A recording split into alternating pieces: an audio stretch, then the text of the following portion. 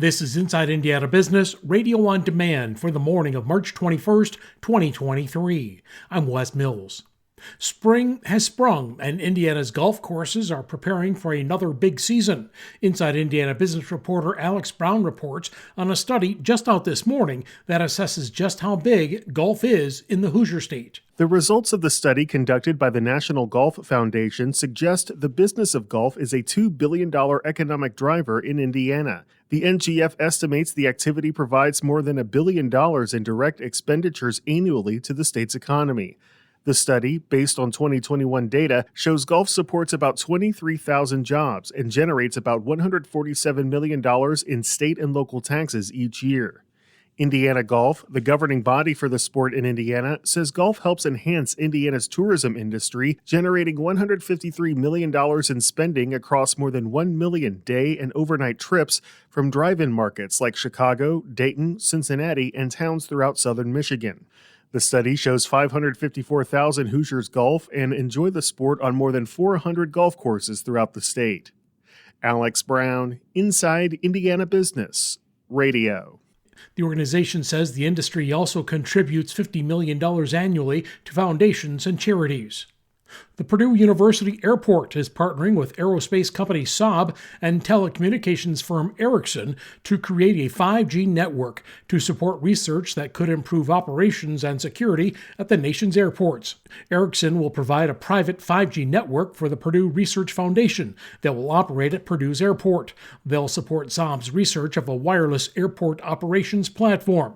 Troy Higgy is Vice President of Innovation and Technology for the Purdue Research Foundation. They were interested in exploring how those technologies and products that they currently have could actually be migrated and demonstrated to be viable and successful on wireless networks. And so by converting them to wireless capability, it improves speed to market, speed of deployment.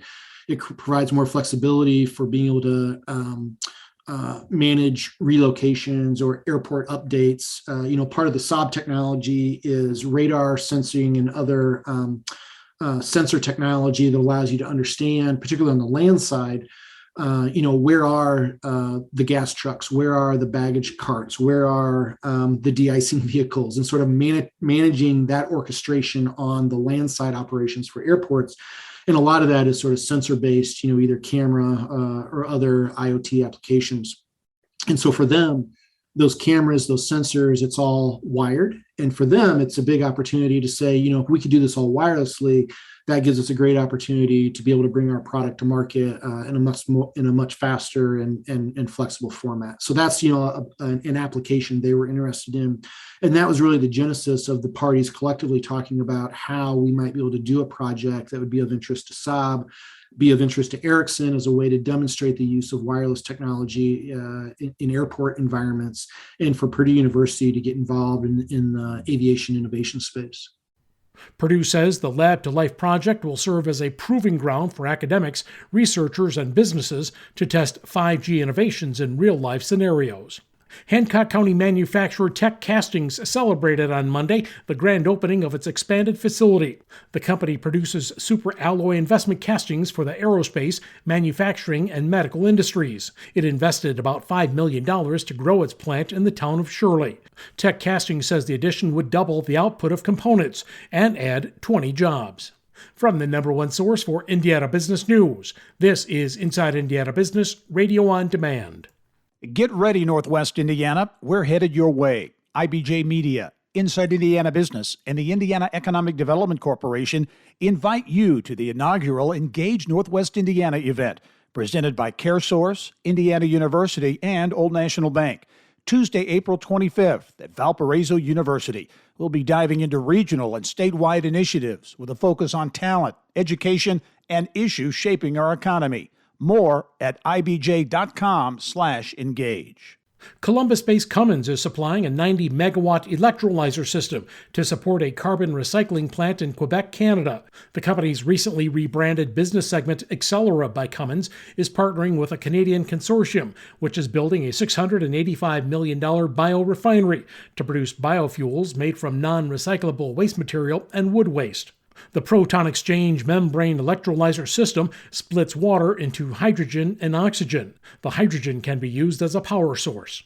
A medical partnership involving some of Indiana's biggest universities has received nearly $38 million to continue its work, taking laboratory and clinical discoveries and translating them into treatments for patients. The National Institutes of Health awarded the grant to the Indiana Clinical and Translational Sciences Institute, a partnership among Indiana University, Purdue University, and the University of Notre Dame. The grant will help fund the institute for the next 7 years. Since its launch, the CTSI has advanced discoveries in areas such as Alzheimer's disease, Parkinson's disease, and autism. The former owners of Troyer Food Group in Goshen, who are alumni of Manchester University, have given the school a series of gifts totaling $1.2 million to support scholarships and an endowment program. Paris and Becky Ballmiller, who are longtime donors to the school, say they want the funds to help better the world now and in the years to follow. A majority of the gift goes to an endowed scholarship fund to help first-generation college students who major in peace studies, religion, or environmental studies. I'm Wes Mills, Inside Indiana Business, Radio on Demand.